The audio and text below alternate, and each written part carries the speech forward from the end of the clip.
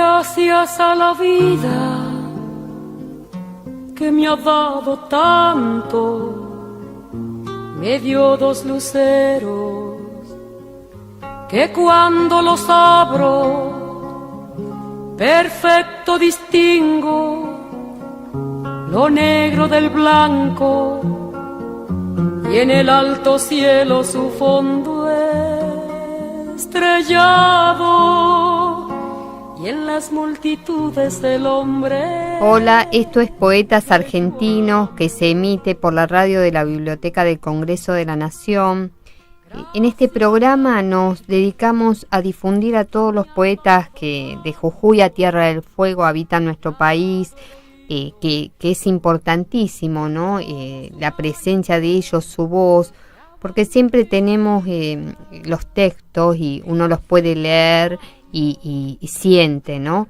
Pero qué importante es poder escucharlos, poder saber por qué decidieron ser poetas, qué sienten, en qué proyectos están, qué consideran acerca del rol de la poesía en la actualidad, en la Argentina, en cada provincia, si hicieron revistas literarias, bueno, ¿por qué decidieron empezar ellos también a difundir, ¿no?, a los poetas, como es el día de hoy, que vamos a hablar con el poeta de Buenos Aires, Jorge Rivelli, que él dirigió la revista Homero. Bueno, tiene Jorge Rivelli mucha actividad cultural.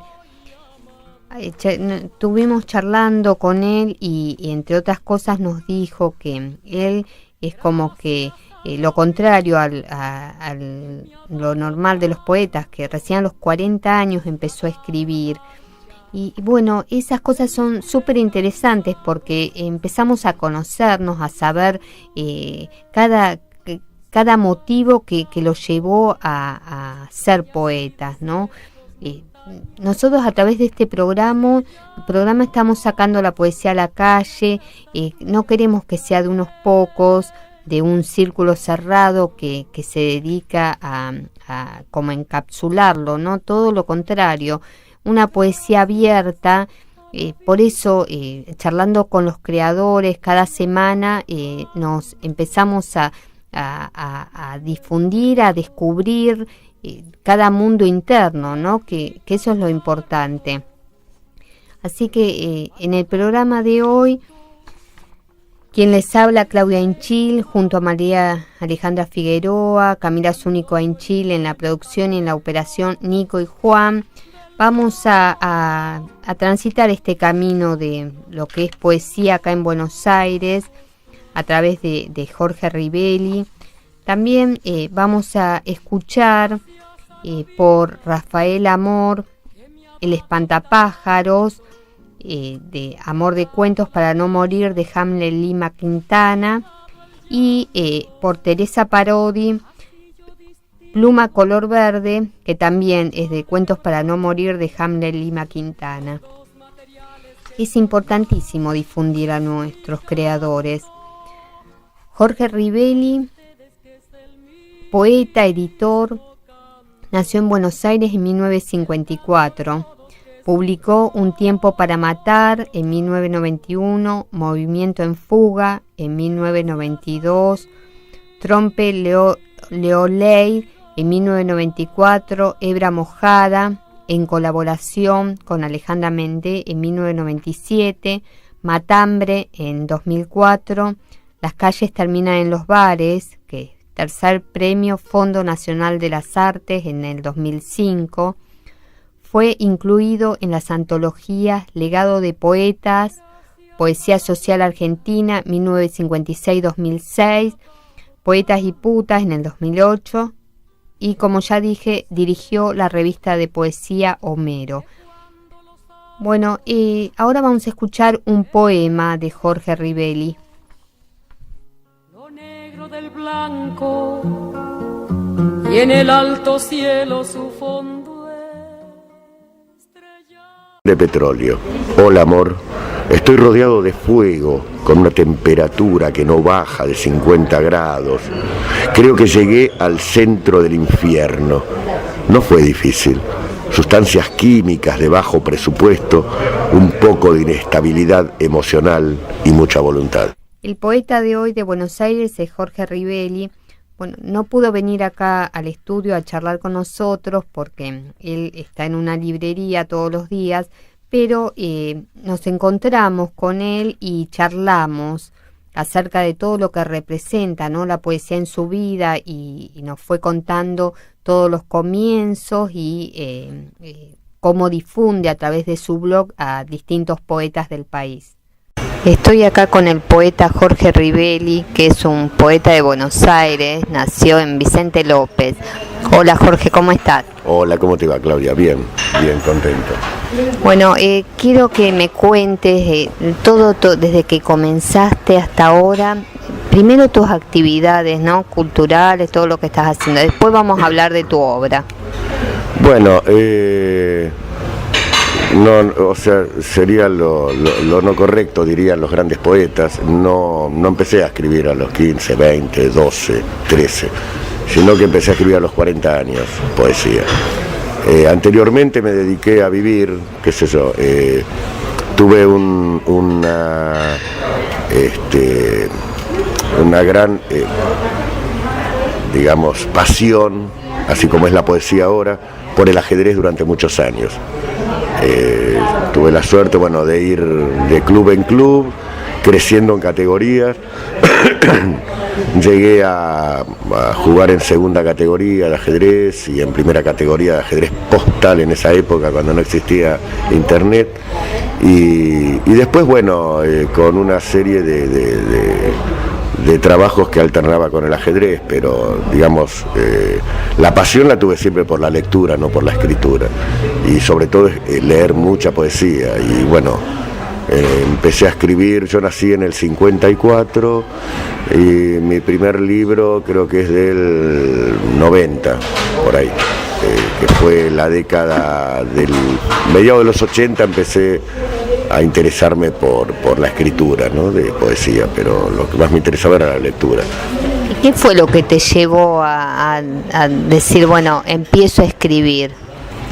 La verdad que no, bueno, después del ajedrez, no sé si como consecuencia del ajedrez, que el ajedrez no deja de tener, o por lo menos en mi cabeza, tenía una cercanía con todo lo ruso, y en esa época la Unión Soviética, y empecé a militar en el Partido Comunista Argentino.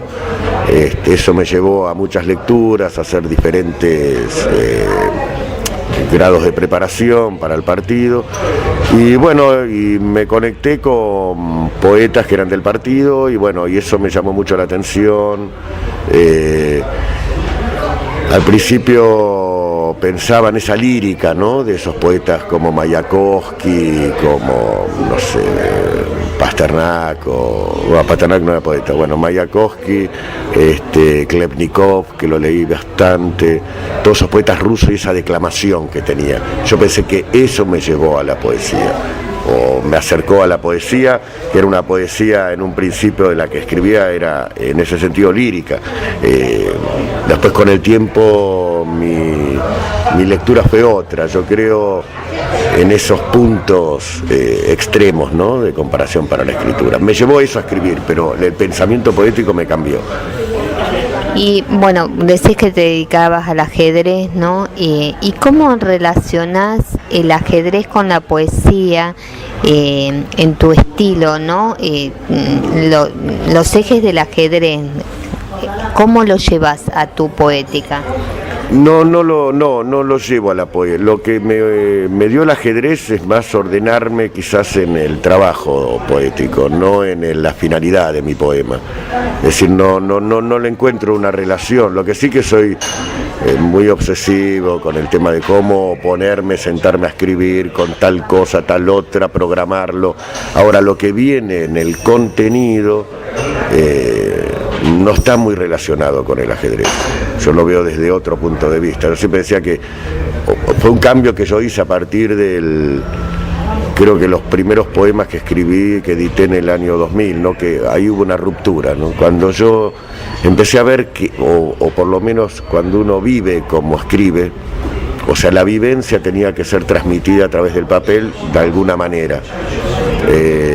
Y ahí empecé a ver otras cosas, es decir, quizás lo ajedrecístico sería lo más prolijo, lo más técnico, ¿no? Y después agregarle la otra parte que sería la parte de la vida cotidiana, ¿no? De lo que uno va haciendo día a día, con errores, con frustraciones, con escatología, con todo lo que tiene la vida cotidiana. Es decir, yo decía que sería algo así como coser la poesía que me interesa a mí hacer, coser los versos de Borges con los bomberos voluntarios de la Boca. Esa, la vivencia, lo técnico, el trabajo de lectura, el trabajo que uno nunca puede dejar de leer y de interesarse, que a mí me apasiona, pero también combinado con lo otro, ¿no? Sería, a ver, en la medicina sería como ser, en el amplio juego de la medicina, ser odontólogo y proctólogo. ¿Y lo lográs unir? Uno trata, no sé, a veces sí, a veces no, pero trato, por lo menos lo siento que lo trato, ¿no? La experiencia de la lectura, la experiencia quizás, entre comillas, más intelectual, en la que uno lleva prácticamente, o sea, a mí se me da, bueno, el tema de dar charlas sobre determinados poetas, o eso lo tengo incorporado, que trato de evitarlo cuando lo escribo. Lo tengo incorporado adentro, pero lo evito. Trato de darle más, a ver, entre comillas, como sería una poesía más popular. Y contanos, cuando vos te sentás, ¿no? Frente, no sé si escribís en papel o directamente en la compu.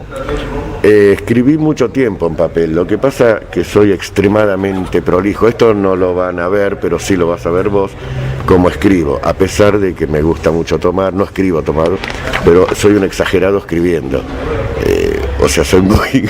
Me quedo realmente, no lo puedo creer de ver este cuaderno, no, es una cosa, pero una prolijidad, una exactitud en las palabras, realmente, y contame, ¿por qué eso?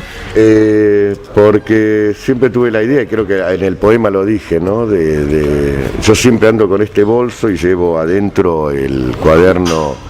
Tiene que ser el cuaderno meridiano cuadriculado, el libretón meridiano cuadriculado, escribir con una virome cross, ¿viste? Son las obsesiones. Y escribo otras cosas, por ahí de ahí no salen poemas, quedan cosas más mías como un diario íntimo, que sé yo, que pueden salir algunas sugerencias para algún poema. Después, por ahí me siento en la compu con alguna idea y ya me gusta más estar en casa, ¿no? Escribirlo de ahí, más tranquilo. Ya pasé la época de ir por los bares, escribir en los bares y emborracharme en los bares. Ahora prefiero la tranquilidad en la computadora y con mucho, que es lo que nos ocurre a todos los que escribieron, mucho trabajo de corrección, ¿no? O sea, tirar todo. ¿Cuánto tiempo más o menos? Y lo leo, bueno, lo que siempre en ese sentido lo tuve siempre, o sea, escribo el poema, lo corrijo y le doy un tiempo de maduración de una semana o un par de semanas y vuelvo al poema, lo corrijo de vuelta y después ya lo escondo para no corregirlo más y queda ahí, pero tampoco me preocupa tanto la perfección del poema, ¿no? Quizás sería un poco, pues yo me acuerdo una vez hablando con Hellman lo dijo, que él escribía los poemas y lo terminaba de escribir, no buscaba la perfección del poema. Si le gustaba el poema lo dejaba, si no le gustaba no lo corregía, lo tiraba. Y yo digo, esa era la posición de él, y Hellman decía que el Urondo era terriblemente exagerado en la corrección, y corregía para buscar, como decía Urondo, la palabra justa, ¿no? Pero cosas, no sé, a mí yo escribo, si me gusta lo dejo, por ahí cambio alguna palabra, pero también me gusta que, que exista también ese error, nada es perfecto en el poema. ¿Y vos no pensás que capaz cuando se corrige mucho y se busca esa palabra justa, ¿no? Como pareciera un trabajo de laboratorio y la poesía es sentir y es todo, ¿no? Lo interno y ¿no crees que cuando en ese laboratorio, si realmente se lo exprime demasiado a la palabra, no sale algo tan interno? No, estoy totalmente de acuerdo. Para mí la exageración de la corrección pierde la espontaneidad, el poema pierde vida. Yo cuando compré, un dato curioso que me parece la poética de Januzzi, que me encanta, cuando compré esa obra casi completa, creo que sacó MC, lo que veía que era muy parejo, no existe tantos libros con diferentes épocas y que sea tan lineal, tan perfecto, porque después yo tuve la suerte de conseguir uno de los libros, eso que estaba en la obra completa, y está muy corregido.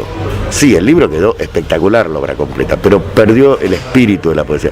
O sea, queda algo muy perfecto, pero pierde esa vida que tiene que tener el poema, que está en la falla también. Porque, bueno, yo lo escribí en uno de mis poemarios que la belleza nace de la falla. Y eso me parece muy importante. La exagerada corrección puede quedar algo muy lindo, pero se corre el riesgo de perder vida al poema, me parece.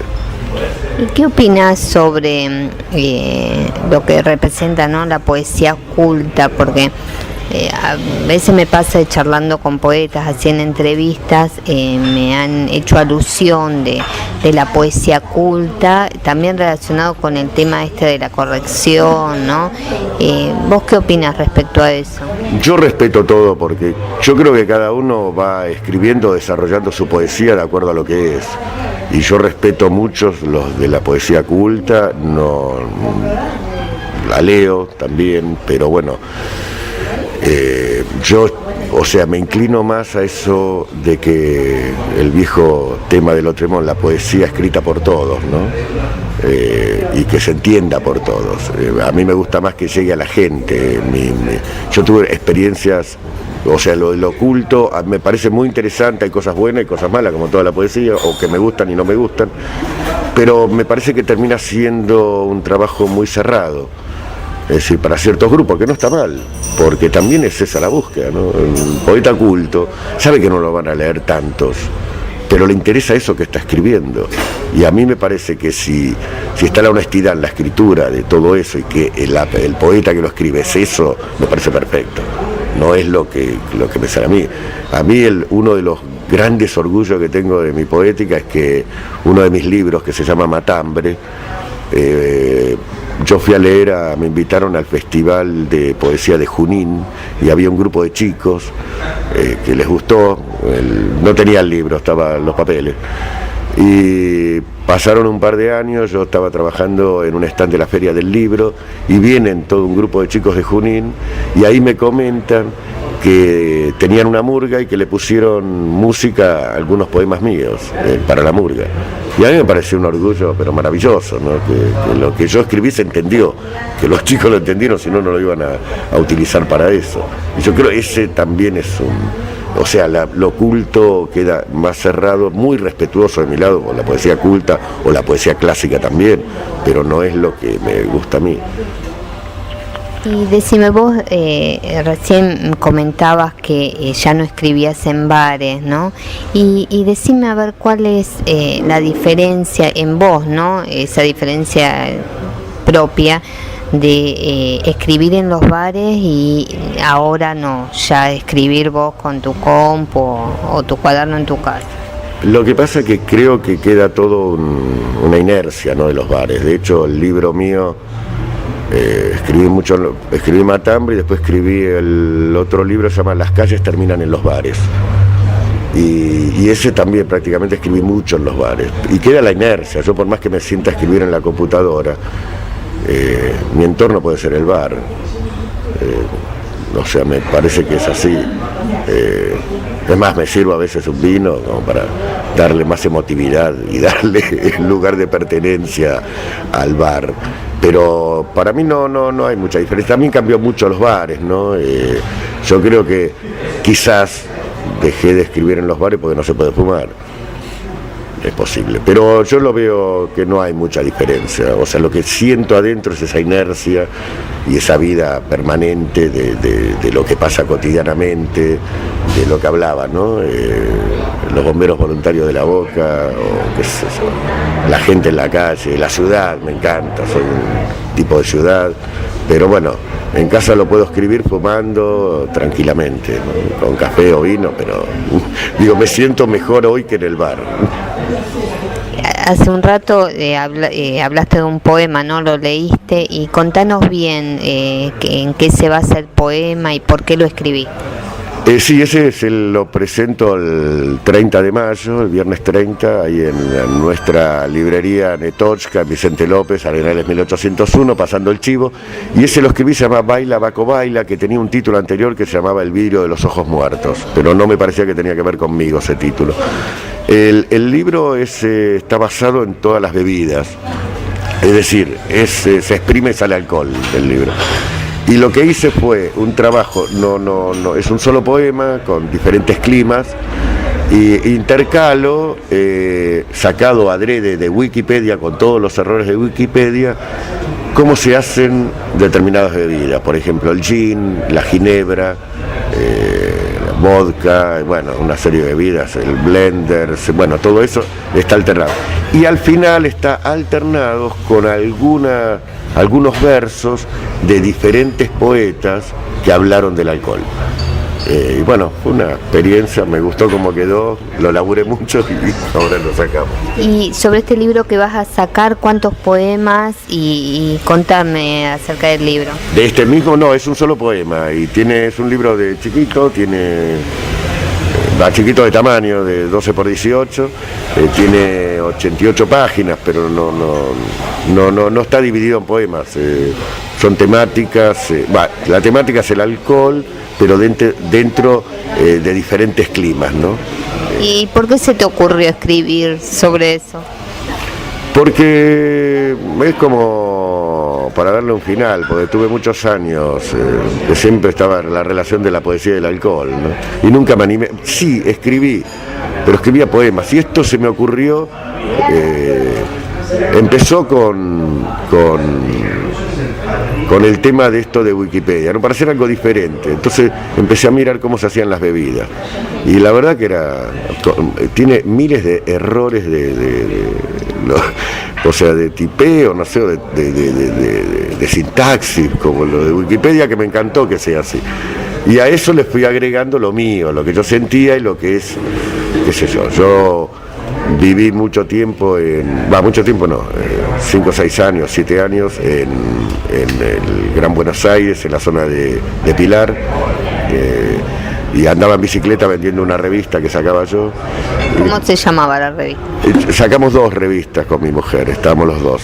Una que la idea era juntar a todos los artistas de la zona, que se llamaba la revista La Junta Luz, que me acuerdo de esa época, salió en el año 97, 96.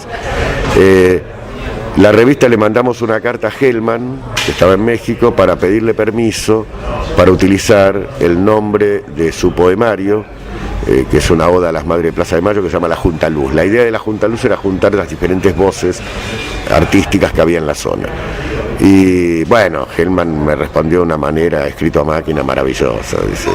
Dice, ¿cómo no les voy a permitir? El orgullo es mío que utilicen ese nombre, ustedes que están con su gente, con su pueblo, con su país, por la cultura. Y maravilloso la carta que... Esa fue una revista, y después en el 99 sacó Homero Poesía, que como yo vendía la otra y la vendíamos de casa en casa en bicicleta, yo digo, ¿cómo estoy haciendo entrar al living de la casa de alguien arte, ¿no? Que bueno eso, arte de la misma gente, ¿no? De que yo decía, encandilar al pueblo con el mismo pueblo, con esta arte. Yo digo, bueno, si puedo hacer esto, puedo hacer entrar a cada living de su casa, de las diferentes casas, poesía. Y de ahí aparece Homero, que salió del 99, después La Junta Luz no salió más, terminó en el 2001. Y seguí con Homero, que ya vine acá a Capital, hasta el 2009. En el 2010 me di cuenta que la revista que salió en el 2009 era la última. ¿Y por qué eso?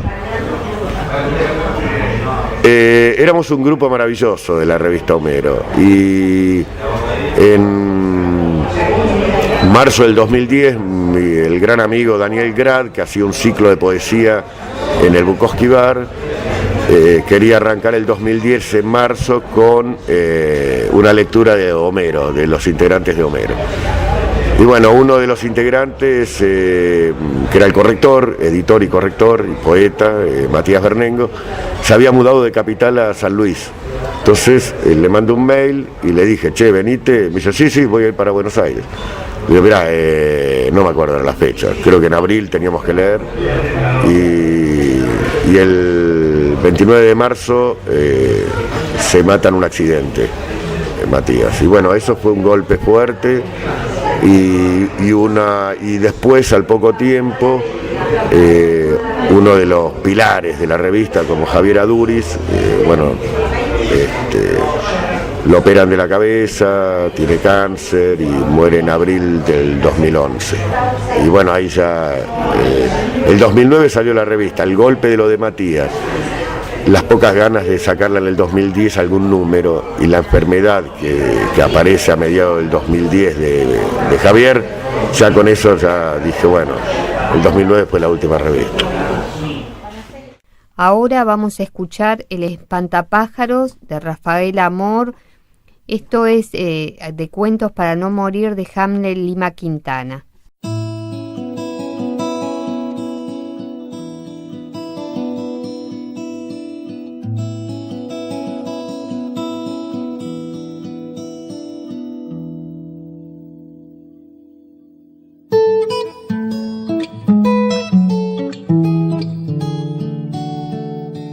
Es duro, ¿viste?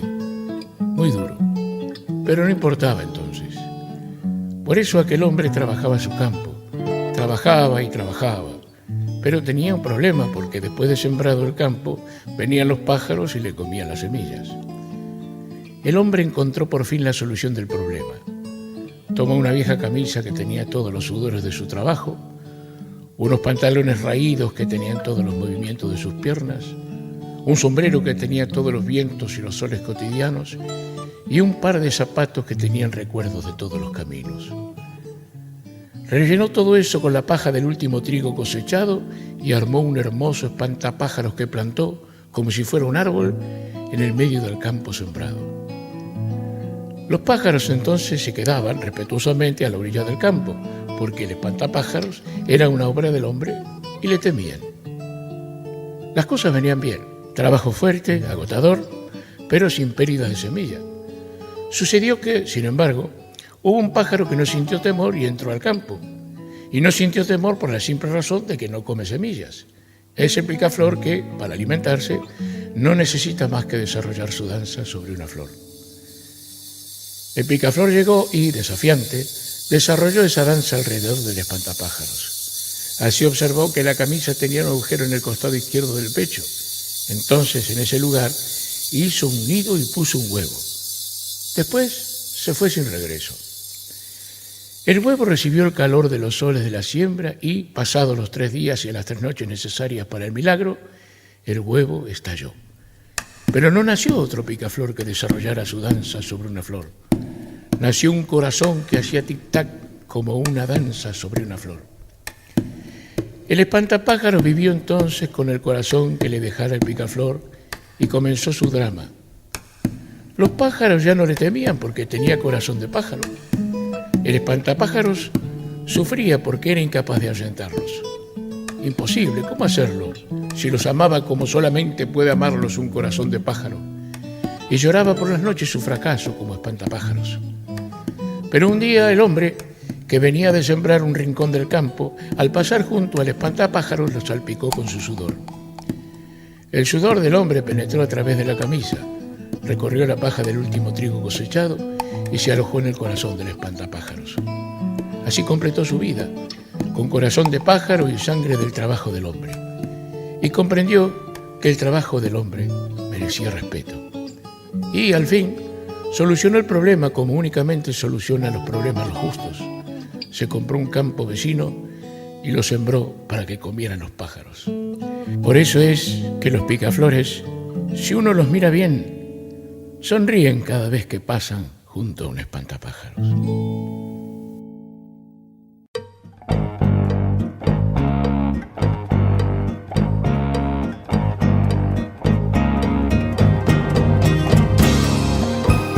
DCN Radio. Información. y buena música.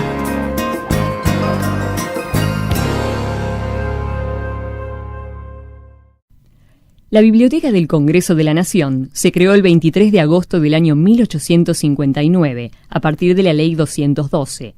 Esta ley destinó 2.000 pesos del presupuesto de dicho año para la compra de la colección de 620 volúmenes que pertenecían al mariscal Andrés de Santa Cruz, expresidente de la Confederación Peruano-Boliviana.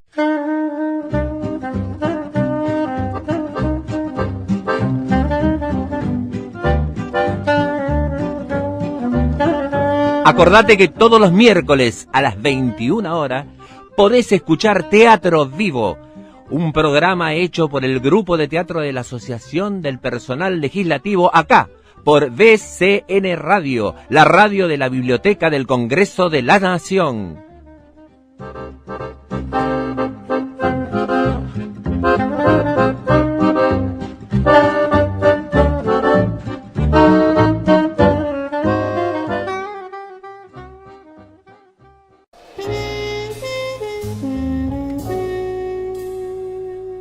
Andábamos sin buscarnos, pero sabiendo que andábamos para encontrarnos. En el año Cortázar, bcnradio.com.ar.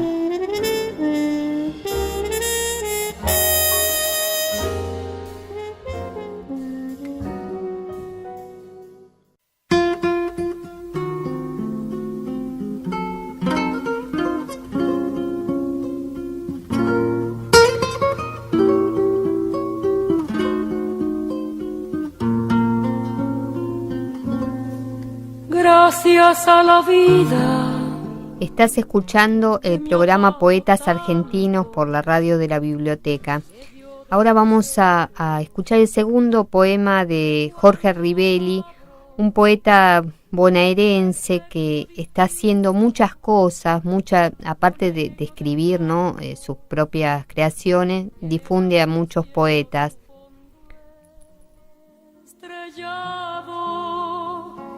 Y en las multitudes del hombre que yo amo. Miércoles, marcha pausada a la alacena en busca de un vaso. Pocos autos, la cadencia de los neumáticos en la humedad del asfalto, el brillo de los techos entre silencio y whisky. La soledad se apodera del universo y muere en las pantallas vecinas. Pienso en Radovan Karadzic, que hizo un país libre para que amen y beban solo los serbios. Tengo alcohol y tabaco, amo a la mujer ojos miel, que supo mostrarme los secretos de la libertad, la inteligencia del arte y los frutos a la orilla del mar. Si pongo música me va a llamar a la del tercero, para volumen bajo prefiero el ambiente mudo. Creo en la intensidad de los momentos intrascendentes. Sentado en esta pequeña mesa junto a la ventana, mis armas desparramadas como naipes españoles, libretón cuadriculado, la cruz, los lentes para leer, cenicero, cigarrillo encendedor y whisky. La noche se detiene, ciudad desierta y sin luna. Hasta acá llegué, con la belleza del suspiro, con más cemento que pasto, con las bebidas de siempre y mucha voluntad. Saco hielo de la heladera para el vaso Blender Sprite. Prendo un cigarrillo y pienso en los bares, sin la niebla del tabaco. Buenos Aires desangelado. Osvaldo Lamborghini, ¿dónde escribiste cebras y gacelas? Luz artificial, nocturnos de pucho y ginebra en el bar Suárez de Corrientes y Maipú. Copetines y estaños porteños en una época donde nada cerraba. Esta noche este cuarto se desliza en el tiempo, más despierto que nunca, fumo y pienso en Perón, la hora de los pueblos, el coronel que pasó a presidente de los argentinos y 65 años después a la cultura nacional, patria de primates y zonas mágicas, de cobalto, mercurio y destellos, de imaginación solitaria. Sabemos de memoria el himno y la colonización. La culpa es del Río de la Plata, del tango y los cuatro climas, porteños versus provincianos, y una hilera de copia fiel en la repisa del living. Todo parece fútbol o códigos quinieleros. Desde la histórica mesita recorro con la mirada fotos de poetas, amores íntimos y la razón de latir en simetría. El humo nostálgico con mezcla de alcohol. Esta es mi madriguera, bebo y escribo. Es un perfecto momento para la aniquilación de los preámbulos. Acumulé muchas horas arrastrando la lengua en el polvo como un perro cansado. Escapé del ahogo social para dialogar con sombras cartesianas y la liebre de marzo. Fueron sueños en el andén o en las ruinas del cementerio, y con los ojos inyectados las hojas se sellaron. Sinfonía de vasos y monedas en la danza de los poetas. Más cerca de los puertos, del vapor y las máscaras, levanto la copa eternamente en la cerrada noche ciudadana. Y el abecedario con las palabras. Seguimos escuchando al poeta de Buenos Aires, Jorge Rivelli. Contame todos tus libros publicados, cómo se llaman y cuándo los sacaste. En el 90, 91, no me acuerdo, no, 94 saqué Trompelé, que era un libro muy barroco, influenciado por las películas de Peter Greenaway, y era como una serie de imágenes. La verdad que después con el tiempo no me gustó nada. Trato de olvidarlo ese libro. Y después de ese saqué, aparece, si no me equivoco, Matambre en el año 2000, que ahí empieza todo este juego de lo cotidiano, de lo de Borges y los bomberos voluntarios de la Boca. Matambre con un título, Matambre es un libro que es como un videoclip, ¿no? O sea, es un lindo libro, lo utilizo mucho de caballito de batalla para leer, porque es para leer en voz alta, ¿no? Son poemas muy largos, muy politizados, con mucha ironía. Ese aparece en el 2004, en el 2005 creo, sí, aparece Las calles terminan en los bares, que es otro libro que viene con la con la misma forma de Matambre, no tanto videoclip y con más especulación, o sea, más pensante quizás. Después sacó en el 2000, que no me acuerdo, no me olvido de nada, pero me parece, ahora hace un par de años atrás, 2008 por ahí, 2009, sale Platos de agua, copas de fuego, un homenaje a Bukowski, que es un libro donde todos los poemas tienen el mismo título, que es 10 de marzo. Es un dato curioso, porque... Sí, ¿por qué eso? Porque Bukowski muere el 9 de marzo, pero nos enteramos el 10 de marzo. Y la verdad que el 10 de marzo es el cumpleaños de mi hija, de Sharon Stone, y quedaba más lindo el 10 de marzo, no lo quise cambiar. Y son todas temáticas basadas no tiene que ver con Bukowski. Por ahí algunos poemas terminan como un homenaje a Bukowski, pero son hechos que ocurren en la colimba, en un bar, en diferentes lugares, hechos que me ocurren a mí, ¿no? Es una temática... pero bueno, le quise poner ese homenaje a Bukowski porque la verdad que es un poeta, lo di tantas veces, di seminarios sobre Bukowski por todos lados, tengo más de 50 libros de él. Era un personaje Bukowski.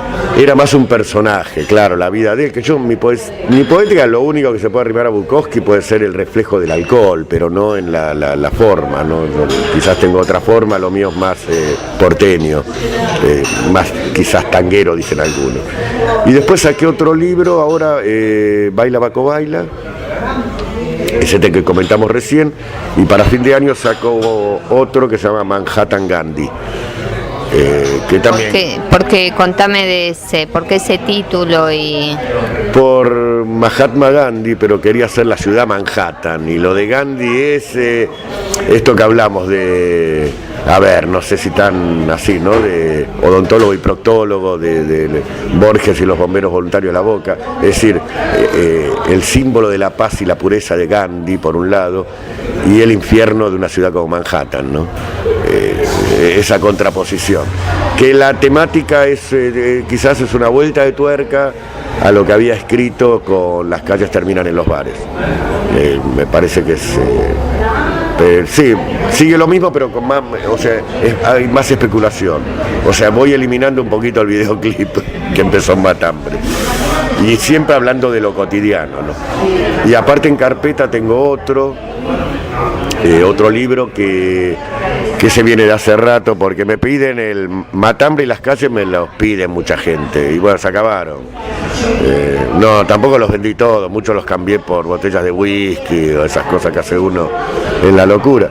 Pero la idea mía era hacer como hacer un libro donde incluya Matambre, Las calles terminan en los bares, y hay 2 poemarios inéditos míos, Orsay Baby y Venus, Viagra y Violetas, que son 2 poemarios inéditos, que juntando esos 4, el libro se va a llamar el Tetrabook, y ya tengo el diseño hecho, que es el cartón de vino termidor, o sea, por fuera, y va a ser un libro de unas 300 páginas.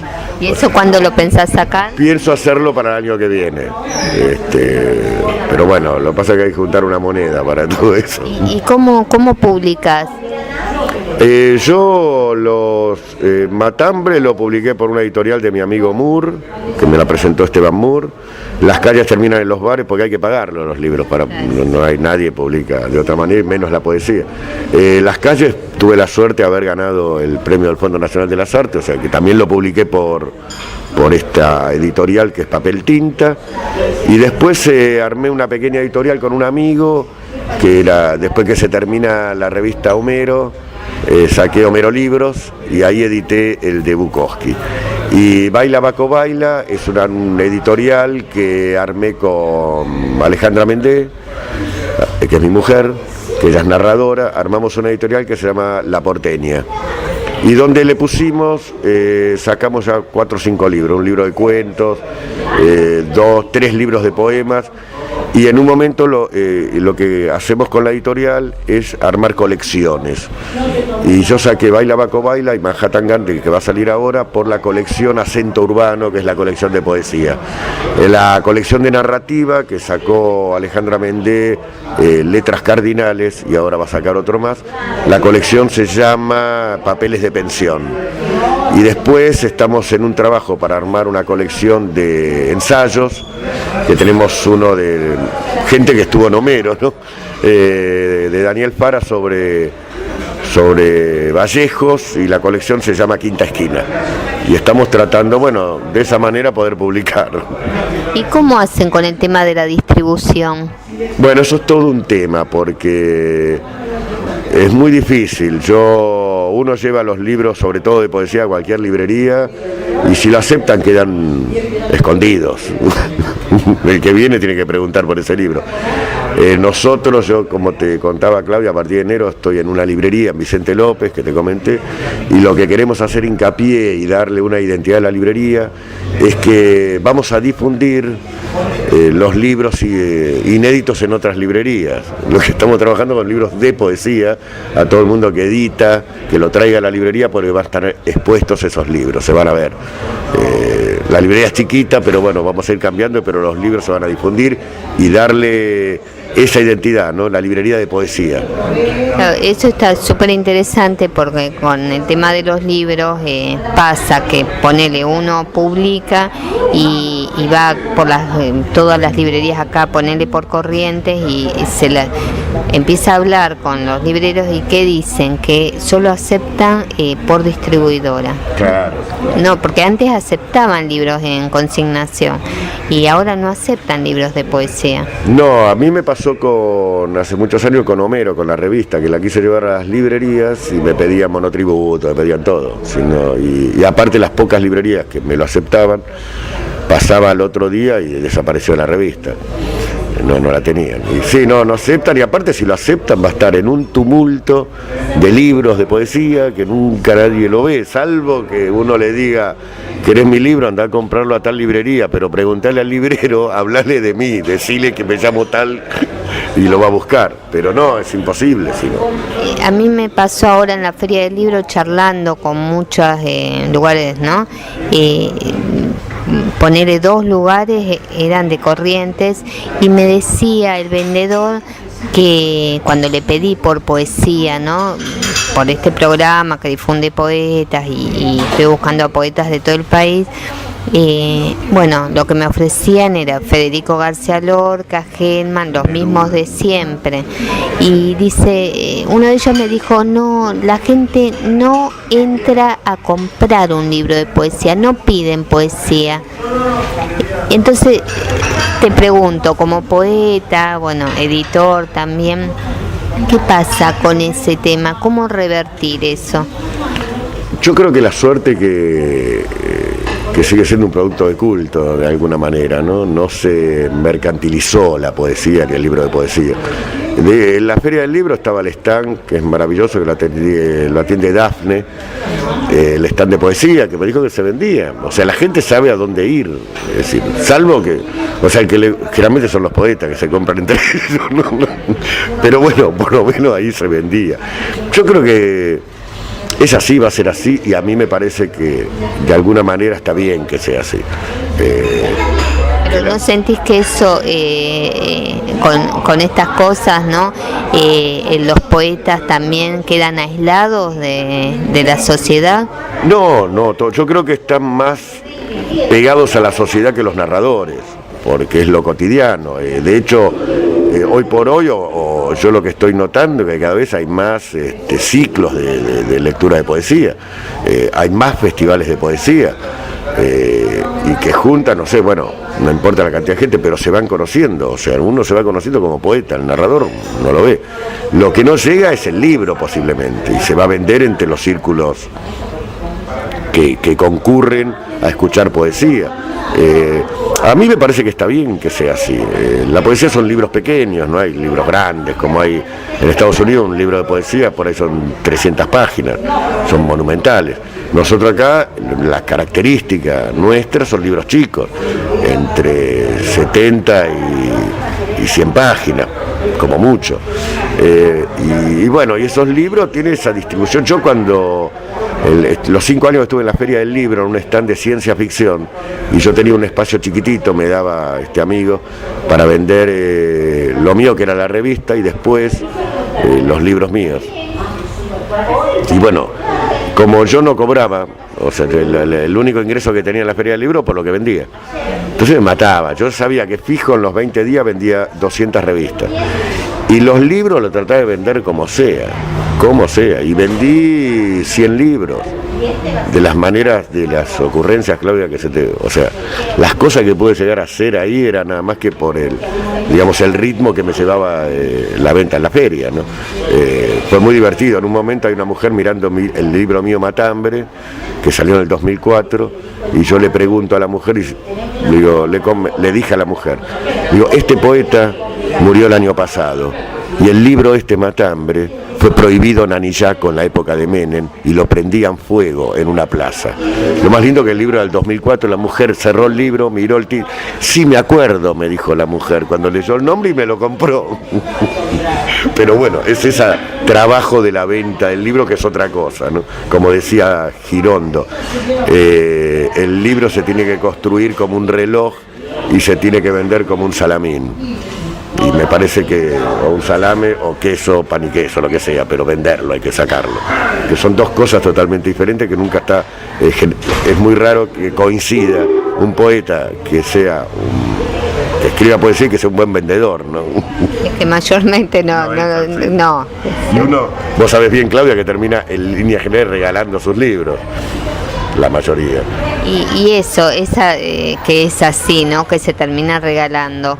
¿Qué sensación te deja? Yo lo que pienso es que lo lean. Digamos, el objetivo es que lo lean. Ahora, si se regala, uno sabe que cuando edita un libro, la plata que puso no la va a recuperar, eso es obvio, es así.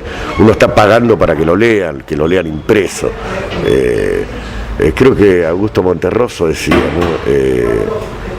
no regale su libro, destrúyalo usted mismo, decía, ¿no? Pero esa es una exageración. Pero a mí me parece bien, yo lo regalo con gusto, porque cuando lo vendo yo no sé lo que va a pasar con ese libro, pero cuando lo regalo sé a quién le regalo el libro, y sé que de alguna manera llega, y creo que eso es el punto, ¿no? Que tratar de difundirse uno mismo y que lo lean otros, es ese punto, que se regale o se compre, no es muy importante, me parece. ¿Y qué opinas de la difusión en las redes sociales de la poesía? Me parece genial, creo que es una manera de que nos estamos conociendo muchos poetas, estamos conociendo el trabajo de los poetas.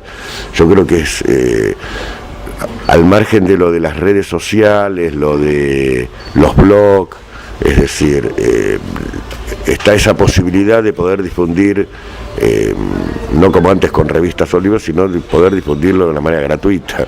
Y a mí me parece brillante, porque me parece que se están armando, nos estamos conociendo, que en un futuro nos encontramos, y me parece brillante. A mí me parece que es un logro importantísimo y creo que le hace muy bien también a los poetas y a la poesía, ¿no? Esto de las redes sociales. Visitando muchos encuentros literarios, ¿no? Y así reuniéndome con poetas, a veces como que me pongo medio a la distancia y como que siento, ¿no? que hay ciertos círculos que están dentro del ambiente poético. ¿Vos qué opinás respecto de eso? Sí, yo estoy totalmente de acuerdo que es así. Siempre hubo círculos cerrados, y si no lo hay, lo inventan. Yo me acuerdo que por ahí me invitaban a leer y yo iba con 2 amigos de la revista, pero totalmente abierto, no éramos cerrados. De hecho, yo siempre dije, la revista que Homero, y yo creo que toda revista, más allá de cierta identidad, tiene que tener un gusto amplio, porque si lo hago yo en una revista mía, lo hago a mi gusto, a los 4 números no saco más ninguno. Bueno, pero el hecho que cuando llegábamos los 3, que éramos muy amplios, nos juntábamos con un montón de gente, aparte una revista, Homero, lo que tuvimos, y los integrantes de Homero, que nos juntábamos todos los miércoles a tomar un café en el bar Argos, ahí en Álvarez Thomas y Federico Lacroze, y de ahí nos íbamos a comer con todos los que venían, de la revista y no de la revista. Pero lo curioso es que cuando llegábamos, dice, ahí vienen los Homeros, donde te ponen un mote, ¿viste? Si no lo tienen. Ahora hay círculos que sí, que verdaderamente son más cerrados, más que se leen entre ellos, pero bueno, eso ocurre, es la gran masturbación poética, y suele pasar.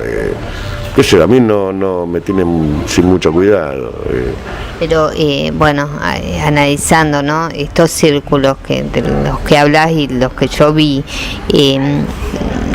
¿vos no considerás que la poesía, o sobre todo aquellos que escriben poesía, supuestamente tienen que basarse en el compartir, porque es la palabra interna, ¿no? Y ¿no crees como que es totalmente contrario esas actitudes? Sí, eso existe hace 1000 años. Yo me acuerdo una vez me invitan a una lectura, a un ciclo, de esto estoy hablando a principios de los 90. No me acuerdo dónde era. Bueno, pero un ciclo de poesía que se hacía, no sé si el primer sábado de cada mes, bueno, como se suele, o primer viernes. Y yo cuando iba estaban siempre los mismos, y los que hoy leían, mañana estaban en el público. O sea, era un círculo vicioso y yo me mataba de la risa. En los 90, es posible que siga todavía algunos círculos así, pero se acaban en sí mismos. Muy ridículo eso. Yo creo que habría que eliminarlo. Me parece muy piola, Claudia, lo que vos me decías de esto, la poesía bajo del puente, la poesía en el obelisco, la poesía afuera, ¿no?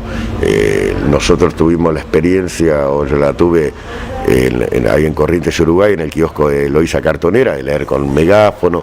También se hizo un encuentro, Flores de Poesía, hace creo 2 años, que para levantar un poco Plaza Flores, se hizo un encuentro, entre otras cosas, de poetas, y leíamos con megáfono dentro de las galerías. Digo, y me parece piola, porque éramos 4 o 5 poetas y esa amistad, pero con otra gente, otro público. Lo que pasa es que también yo me acuerdo que hace un par de años atrás, yo estaba leyendo unos poemas en un ciclo donde había un bandoneonista. Entonces me invitó a formar parte del grupo de él.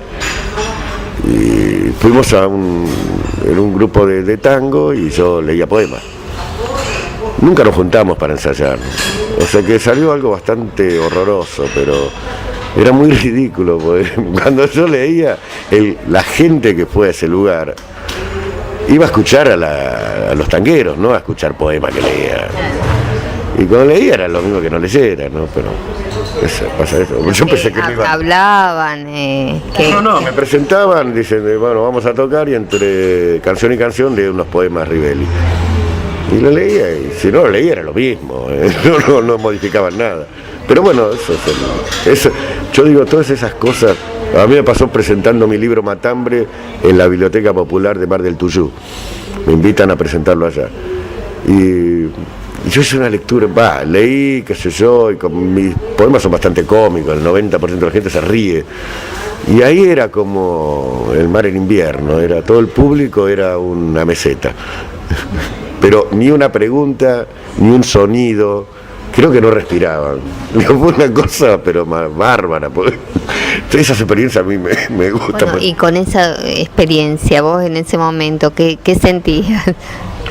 Yo la verdad que tranquilo, digo, bueno, la gente es así, quizás es la característica de la gente de Mar del Tuyú o de la costa, para ir a presentar un libro en invierno, por ahí no están bastante aburridos y forma parte de toda esa, como esa rutina, ¿no? Un libro, por más cómico que sea, pero nada, igual hablé, gente re macanuda, terminó la presentación, pero nadie movió nada.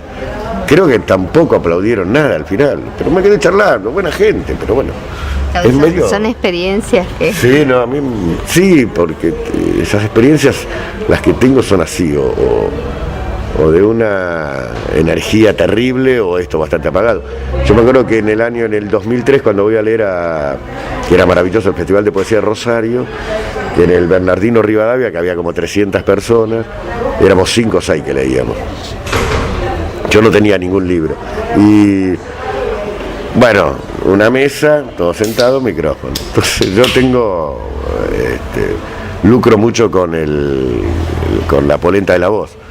Entonces leo el primer poema, hay que leer 15 minutos, mejor dicho, 10 minutos y todos se alargan a 15. Y yo hoy quise hacer, o sea, a mí no me gusta eso, me gusta leer menos de lo que me pide, porque me parece que canso. Entonces leo el primer poema sentado, el segundo lo leí parado, y el tercero me paré arriba de la mesa y después de leer cada página se la tiraba al público. Y bueno, obviamente que ahí había una hermosa combinación entre gritos, puteadas y carcajadas, ¿no? Era maravilloso. Bueno, pero lograste hacer sentir a la gente, está buenísimo. Sí, eso me pasó porque yo... en mi época, que estaba allá en la zona del Viso, Pilar, Alberti, un pueblito muy humilde, todos me conocían como el poeta del pueblito, y que vendía la revista, por eso. Y cuando por ahí me iba a algún bar a tomar, terminaba parado arriba de la mesa leyendo, ¿no? Que obviamente no entendía nada porque estaban todos borrachos. Pero bueno, por eso nunca me pasó nada, llegué a mi casa. Pero ya tenía esa experiencia de poder leer en los bares, ¿no? Pero está buena porque también es una forma, ¿no?, de movilizar. A veces yo siempre digo que cuando voy a los encuentros poéticos que demasiada calma, y la verdad que es como que medio me aburre porque tienen que tener movimiento todas las lecturas y poder llegar, ¿no? Porque... No, claro. Y decime, aparte de poesía, ¿escribís narrativa? Escribí un par de ensayitos breves para la revista y escribí una vez uno o dos cuentos, pero no, sigo con la poesía. No, leer sí, pero...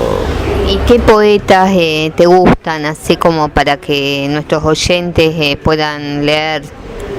Una vez lo hablábamos con el grupo Adur y Fara de la revista, ¿no? Porque esta generación mía, yo digo, los de mi generación y que estaban en la revista, que somos de la generación del 50, yo soy del 54, Moore del 52, bueno, más o menos del 50, que nosotros nacemos, digo, para identificar la poética, nosotros nacemos con la televisión, somos poetas de la imagen.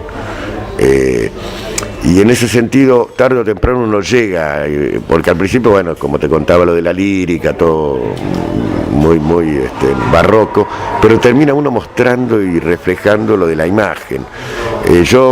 Hay una tendencia generalmente en este grupo que me manejo y nos leemos, como Moore y todos esos, que venimos quizás con una influencia que me gusta de César Fernández Moreno.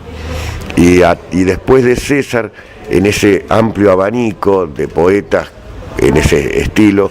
Quizás lo mío un poco más irónico, más que también lo admiro muchísimo, a Nicanor Parra. Más Nicanor Parra, que este año cumple 100 años, yo le quería hacer un homenaje. Y después, bueno, también la influencia, hay varios, ¿no?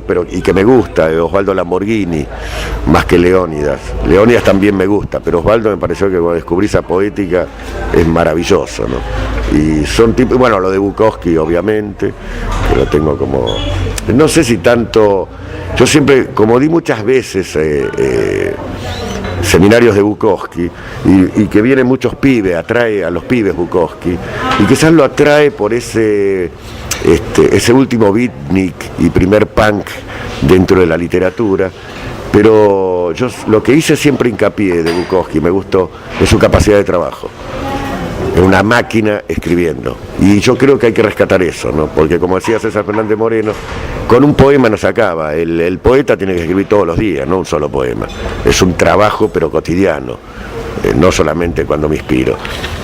Bueno, te agradecemos mucho. No, muchas gracias a vos, Claudia, suerte y saludos a todos.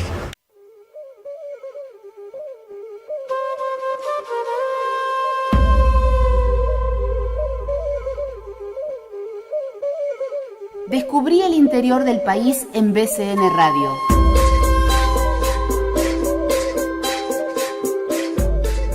BCN Radio, Cultura Federal.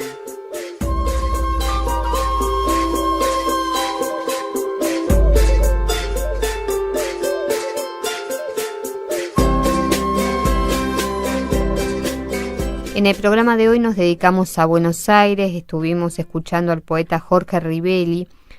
Bueno, es una pena que se acaba el tiempo y no pudimos escuchar en la voz de Teresa Parodi, Pluma color verde, de Cuentos para no morir de Hamlet Lima Quintana, pero bueno, en próximos programas dedicados a Buenos Aires vamos a escucharlo, vamos a hablar también de Hamlet Lima Quintana y de muchísimos poetas bonaerenses.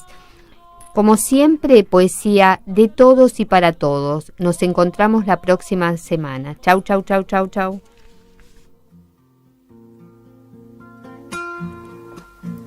Gracias a la vida que me ha dado tanto, me ha dado la marcha de mis pies cansados, con ellos anduve ciudades y charcos.